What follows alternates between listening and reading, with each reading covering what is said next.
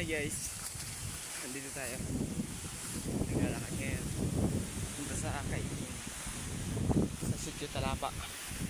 Napaka-fresh guys ng hangin. Ay,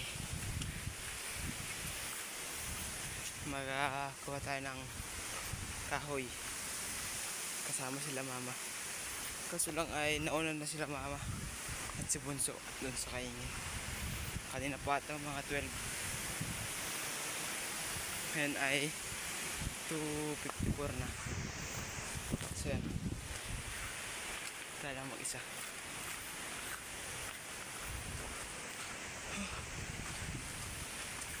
Init.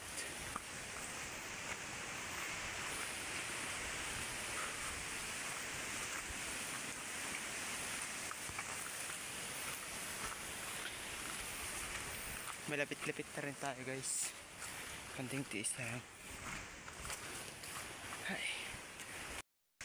Ha. Ang lakas pa rin ng hangin guys. Tignan nyo. Magalaw-galaw na ang nyug. Ano guys. Nakatakot dito dumaan kapag malakas yung bagyo. Nahuhulog daw yung mga dahon ng nyug.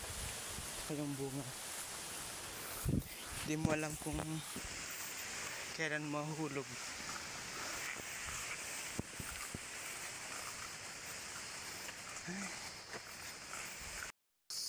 Yan.